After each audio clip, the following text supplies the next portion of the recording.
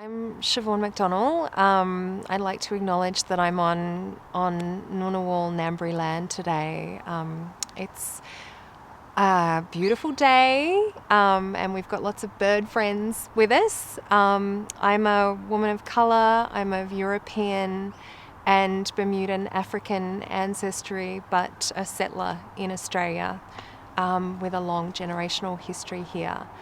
I'm a lawyer and anthropologist. I've got a PhD in legal anthropology, and I've spent 20 plus years working on Indigenous land rights and climate justice issues, really. So I have a whole range of research projects that stretch between Indigenous Australia and the Pacific and look at a lot of Indigenous land rights and climate issues. For me, decolonising the academy is trying to make the ANU a safer space for the Indigenous students that I supervise or that I work alongside. The academy is not a safe space often. It's not safe bodily for Indigenous students often. It's not safe intellectually for Indigenous students often. And I think as a non-Indigenous scholar, there's real work that can be undertaken to try and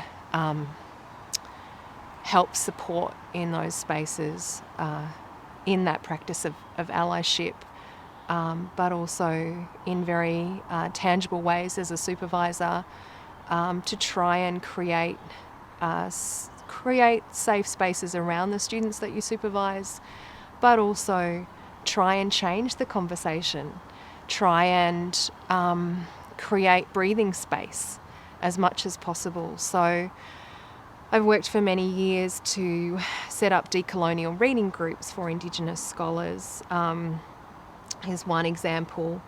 I've worked in a whole variety of different ways to work around violence against Indigenous students on campus. These are just some really practical ways that I think we really could do better at the university. I also think at a university level we have to think deeply about the fact that the whole of the ANU is sited on stolen land. You know, there's a long conversation now internationally through universities about these issues of reparations. So Harvard, Cambridge, Oxford, there's an international discourse of reparations, and I think at the ANU we have to be prepared to be having those conversations as well. What does that mean? What does it mean in a very deep way to begin a conversation around reparations, around just compensation for the fact that the whole of the university is sited on stolen land? There's a history of academics who've been involved in creating research that has created hugely unjust outcomes for Indigenous people in Australia and the Pacific.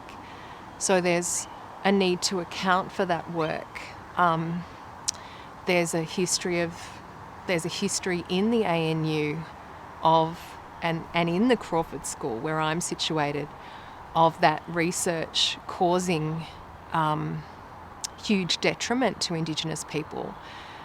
There's a history of ANU academics being involved in the nuclear testing program, for example. There's a history of ANU academics from the Crawford School being involved in the intervention in Aboriginal Australia. We have to account for that, you know. We have to account for that in the history of our institution. And I think all of that is part of an acknowledgement of the fabric of this place that goes into these acts of decolonisation.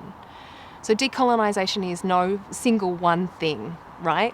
It is something that I think deeply about in my own praxis, but I think it's something that we need to think deeply about institutionally and in conversations with colleagues, and that we need to foster on a daily basis. We really need to deeply think about what intersectional approaches look like in the context of addressing those aspects of violence, and that approaches that are designed to keep women safe on campus need to be differentiated out, right?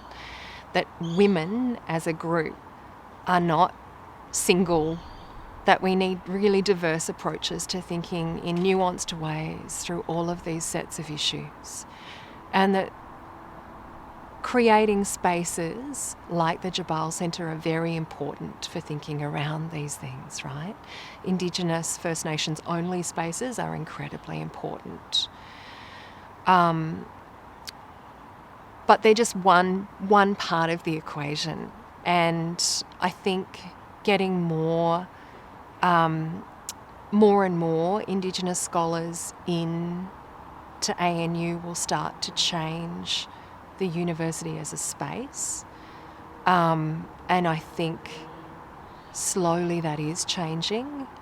But there are some really foundational and complex dynamics at play that really do need really complex and nuanced strategies to help address these complex issues of violence and racism and the interplay of gender-based violence and racism, which are issues in Australian society more broadly. And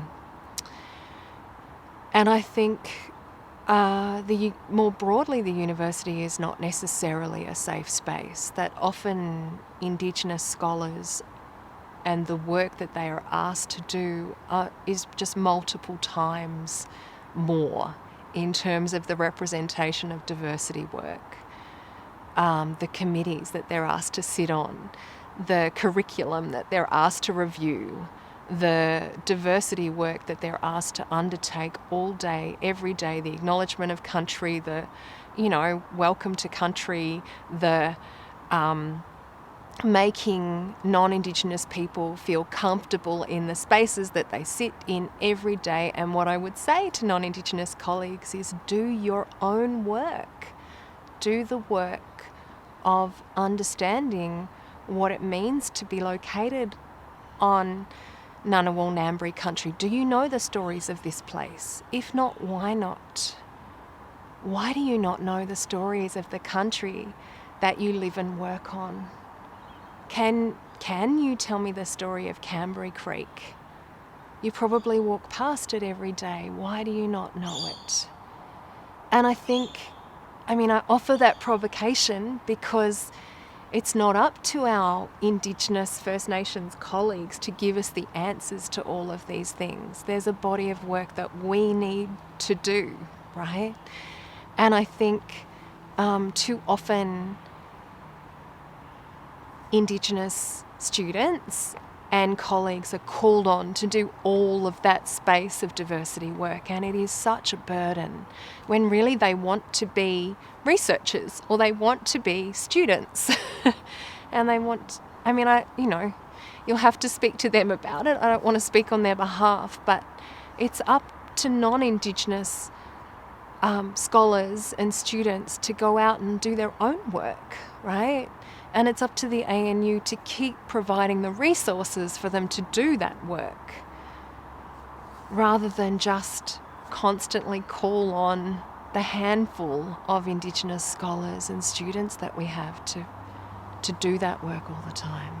In my own teaching, I teach an Indigenous land rights course that is really informed by it's usually co-taught with a First Nations scholar, and it's completely informed by Indigenous knowledge systems and Indigenous scholarship. And we have Ngunnawal Elder Wally Bell walk students across country to begin that course, really. And a lot of the work in that course is land-based education methodologies on country, about country, through country, as a way of seeing and knowing. And it's so exciting to be able to teach like that. And I think it's a very enriching student experience to be able to teach like that. That's been impacted a little bit by COVID, let's be honest. And I think that students benefit from having very grounded and land-based pedagogy as part of that teaching, and of deeply learning through Indigenous knowledge systems and Indigenous ways of knowing and being. And I can't see why they can't be more and more incorporated into university education systems and ways of knowing. But part of the answer to that is about getting more Indigenous academics into the academy. And that's about supporting people through the experience of what it is to be in the academy. So part of that is the university's fantastic experience of getting more level A positions. So they're Indigenous funded level A positions, and one of my PhD students is one of those positions. But people need to be supported once they come in. They need to be supported to be able to succeed in those positions as well. And I think we have to think very carefully about making sure that people have got all the support that they need wrapped around them in order to be able to achieve through that process of getting a PhD as well. And with that, with more Indigenous academics coming through, we will get more ontological framings. I think it's so important to have a diversity of perspectives, a diversity of experiences, and a diversity of knowledge systems being offered to students, because it just enriches the curriculum that we have available through Indigenous studies, through Pacific studies, particularly in those spaces where, you know, it gives the curriculum so much more depth.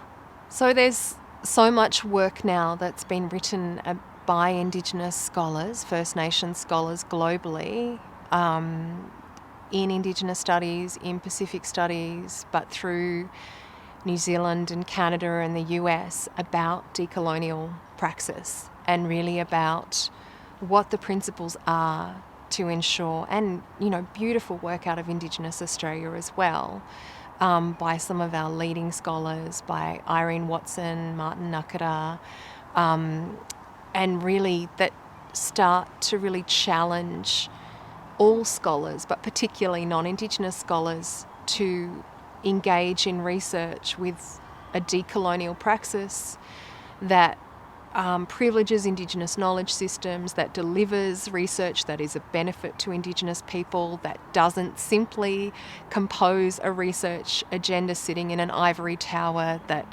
actually designs research in deep conversation and consultation with communities who are going to be engaged in the work, that designs a process that is consultative. And I think it really challenges some of what historically has been done in academia, which is, you know, designing research agendas that are very removed from communities or from places in which the research takes place. So it's a much more grounded research praxis. It's very engaged. It's very much about delivering long-term benefits. It's very informed by long-term relationships and these principles of deep reciprocity. So what are you delivering? What are you delivering across time? How are you accountable across time for the research that you're producing? Is it meaningful? Is it of benefit? Who is it of benefit to? And I think they're really important questions, and they're questions that absolutely you should be accountable for if you're working in these spaces. When we're thinking about doing research with broader community groups, I think really good research identifies these issues of intersectionality in all kinds of ways. So thinks around not just gender, but gender and race and class and all of the different ways in which intersectionality impacts on any particular research-related issue. So it's intersectionality is a lens that allows us to think through access and inclusion in all kinds of really complex ways. So if I'm looking at access to disaster relief, for example, in some of the work that I do, I'm interested not just in the way humanitarian agencies profile that, which is often female-headed households, which is the very common matrix that a lot of humanitarian agencies will look at in the Pacific. It's kind of helpful and not helpful, because cultural considerations mean, for example, that you might be, you might be a single mother, but if you're the girl of a chief, you're incredibly well provided for, versus someone who isn't, right? So unless you bring a cultural lens over the top of that and you start adding cultural nuance onto that framing, you don't have the complete story for that particular village or that particular kind of reality that goes on. So that's one of the things that villages across Vanuatu will often say to me is, we've got these forms and it says that this family gets this much and we get that much, and nobody knows better than a local village who is actually impacted and in need and who isn't. So having an external arbitration of that versus at a local village level of who is actually critically in need and isn't can be very problematic. The flip side of that is that sometimes local institutions can have their own biases as well. So one of the things that we know is that for the LGBTQIA community, A+ community in some parts of the Pacific, it can be very hard for them to access resources. So for example, in Fiji, it can be very hard for them to access resources through church-based organisations. If they're visibly gender diverse, churches might not feel comfortable about providing relief resources. Some churches at a local level. So there can be discrimination if you're providing relief through certain agencies.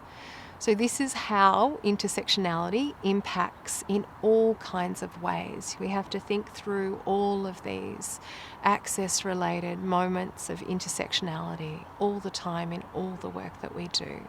It isn't just about saying women are disadvantaged or, category X is disadvantaged versus category Y. We have to look at these complex and nuanced approaches to intersectional issues and look and carefully map through this lens of intersectionality who is actually impacted in what kinds of ways.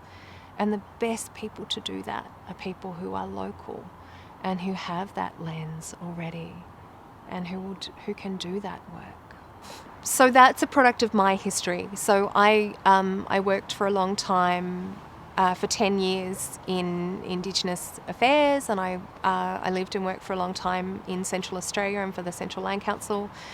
And then I lived and worked for a long time in the Pacific, and then I came to ANU and did my PhD as part of that work in the Pacific as well. So my whole lens is trans-Indigenous. And I think there's this incredibly extraordinary and germane area of trans-Indigenous scholarship. And when I have the privilege of working with Indigenous leaders, they work in a way that shows the links between that Indigenous leadership all the time. They work in a way that is very trans-Indigenous. And it's amazing to see those spaces of Indigenous diplomacy.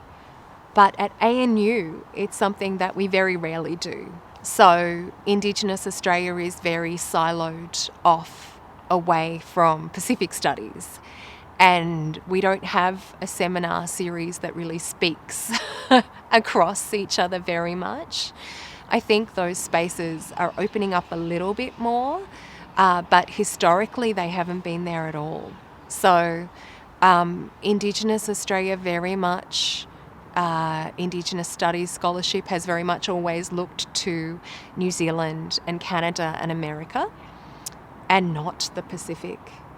And Pacific scholarship has very much looked throughout the Pacific, but not into Indigenous Australia at all, and not really into Canada or very much either.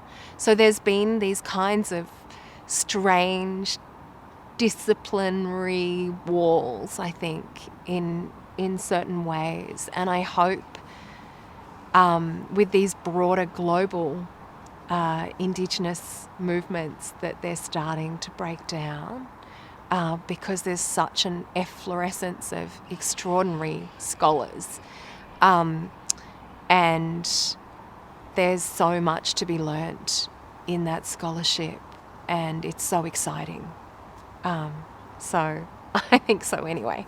I would like to see a very serious ANU reparations fund started that offers scholarships to Ngunnawal and Ngambri people to come and study, that does land back work, that starts to think deeply about what it means to have settled this place, to have colonised this place, and starts to begin real working conversation with Ngunnawal and Ngambri landowners to really start to preserve scar trees on this campus properly as cultural heritage sites properly, that starts to look at original sites of occupation and do proper cultural heritage preservation around them, to start like deep